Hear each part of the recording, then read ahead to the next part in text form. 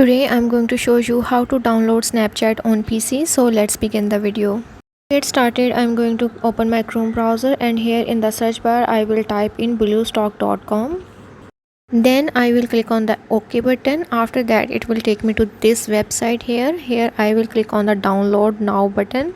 Once I click on the download now button, it will begin to download, and once the download has been finished, now I will open it to install the app. Here I am going to click on the install now button, and once I click on it, the app will begin to install. Now as you can see, my app is being downloaded. Wait for the process to finish, and once the process is finished, now as you can see, my app has been downloaded. Here I am going to click on the Play Store icon at the top left corner. Once I click on it, now it will ask me to log in using my Gmail account, and after that it will take me to this interface. I am going to type in Snapchat in the search bar and then hit the OK button. Now as you can see, it's showing me Snapchat app. Now I will click on the install now button.